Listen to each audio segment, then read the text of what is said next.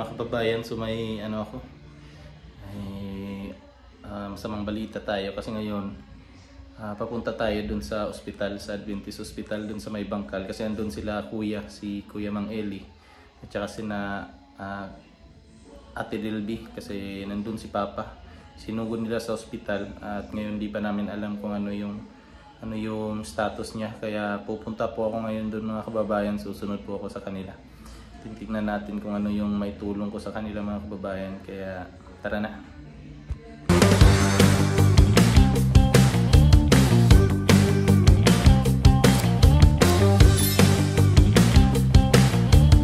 So yun mga kababayan, wala sila dito kasi wala daw bakante na room, kaya lilipat po tayo dun sa ibang ospital. Susundan na lang natin sila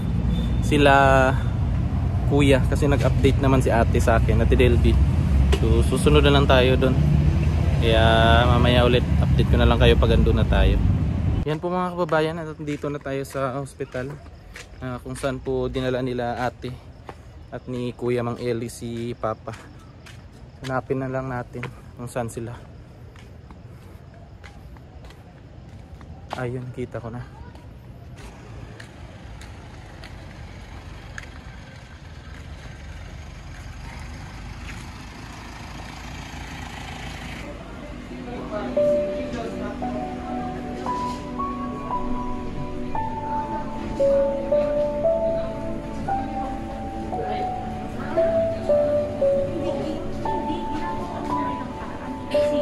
Kamusta pa? Kamusta? Ha? Lisod ka ginawa? Ayaw nagkuhan. Ano lang, relax lang mong lawas. I-relax lang. Yan po mga kababayan yung nararamdaman daw ni Papa, ano? Yung masikip yung dibdib niya kasi hirap daw siya huminga. Nakita ko rin dun sa may party ng kanyang dibdib na parang kulay ano na, kulay ubi, parang nangingitim na ganyan. Nadira absolute tagum di kayo. Mga kababayan, nandito po yung kapatid ko si Uncle Tuda.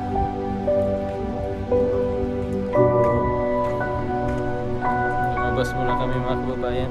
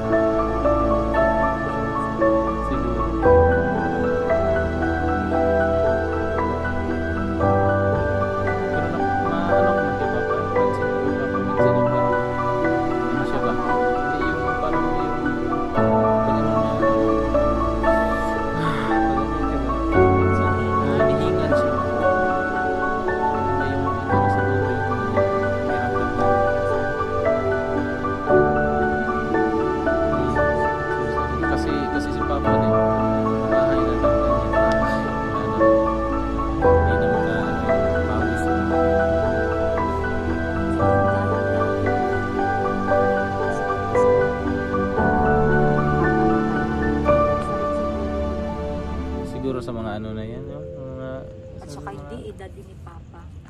Ganyan. Swerte ni Papa naka 71. Tayo kaya makaabot ng 71. Diba?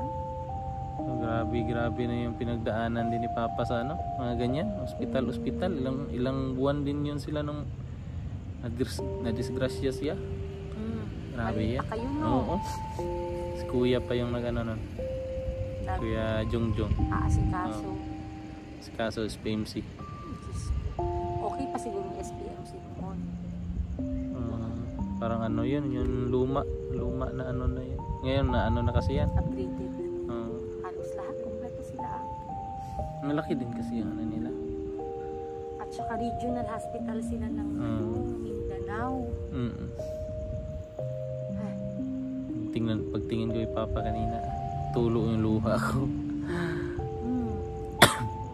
Kasi na-imagine ko ba na, kumbaga, na-imagine ko na pag umuwi ako sa bukid, kita ko si papa, naka-smile lang. Tapos kanina, parang naano ako na, kanina nakita ko siya na parang ganun, hirap, ganyan ba?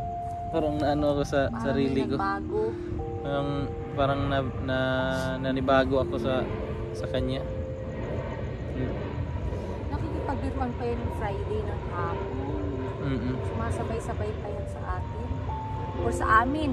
Ano pa yun si Kuya, nag-video pa. Vlog pa si Kuya nun. Si Kuya Irvin talaga. Tapos ang topic yung nila, yung sa puto nga. Then ang tinapik nila, si Ate Rani yun pa talaga sa pagkain. Ewan ko. Okay pa siya nun. Kanina pag atake niya, talagang ano siya? Actually kanina, sa bahay pa lang yan, wala talaga siyang atake. Nakakapaglakad pa. So yung ano niya kanina, yung parang nararamdaman niya kanina yung in pain siya. Kasi ang inaano niya, nahirapan sa dibdib siyang niya. huminga. Masakit yung Likod niya. Tagiliran niya sa kansyan niya. Pero hindi na siya nakabanggit na nasusuka or napupo. Wala na. Hindi na yun ang complaint niya. Yung nahirapan siyang huminga. Yun ang complaint niya. Which is nakikita ko talaga nahirapan siya huminga. Pero ang in-advise niya ng doktor, yun nga, check up, laboratory, x-ray, gamot na. Then hindi namin sukat akalain na pagsakay ng sasakyan. Hindi pa kami nakakalay ng hospital ng Prinsipe. Backing pa lang. Nagalanganin na. Pero balak niya sana yan, uwi na. Uuwi na kasi nga may may reseta na. Then ang sabi kasi ng doktor doon, possible talaga siyang abunuhan ng dugo. Pero sa ngayon, obserbahan muna, may pinapainom na gamot sa kanya or vitamins para tumaas ang hemoglobin. Then by Monday next week, balik siya for repeat laboratory. Ang naging problema ngayon, mabuti na lang, nag-request na ako kay Doc na manghingi ako ng referral, Doc, for admission niya sa blood transfusion para madali kami makater kung saan kami pupunta na hospital of choice. Kaya nagbigay siya agad. Ang mga laboratory result, dala ko except yung x-ray niya. Pero yung fecalysis kasi hindi natuloy gawa ng hindi naman daw masakit ang tiyan niya. So wala na yung ano niya doon. Kumbaga yung ano na lang niya, yung mahirap siya huminga, yun nga lang yung complaint niya kumbaga dinaramdam niya. Then ngayon, ayan nga, may mga masakit na sa kanya. Pero okay naman, nakaano naman siya monitor niya. Parang ano naman din yung pakiramdam niya. Siguro sa mga gamot din siguro na iniinom niya. Iniinom niya, yung tinutulog sa kanya. Then, importante maabunuhan talaga siya dugo, ng dugo. Oo. Malaking tulong yun eh. Kasi ano yun eh, ang hemoglobin, nagdadala siya ng oxygen. Kaya, yun ang kailangan niya. Sana, kaya yan. Baka pag maabunuhan siya ba nung maging okay na. Sana yung pakiramdam niya. Normalize na ang lahat ng ano niya. At least kahit papano. Kailan yan maabunuhan bukas? Dry run na ngayon. Kino-cross match na. Meron ng isang bag available. Naka-prepare na. 2 bag na lang hihintay. Sana yan, no? Maging okay ba? Pag and malagay hopefully na yan. sana hanggang 3 bag lang sana para kahit papano. Para hindi mahirapan maghanap ng dugo. Actually, ang blood type niya madali kasi ang O is universal donor. Madali lang siyang mahanap compare yung AB. Parang common man yata yung O. Oo.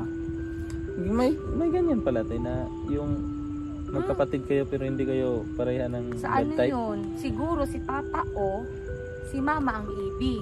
Kasi si Kuya mo AB. Ako O. Si Sofia sa kasi Kyle O. O din sila.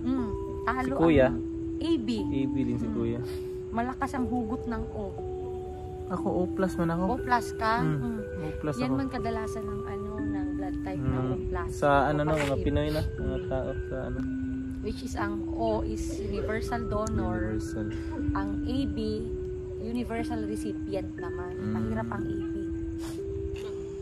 Yan si Kuya po, ano po.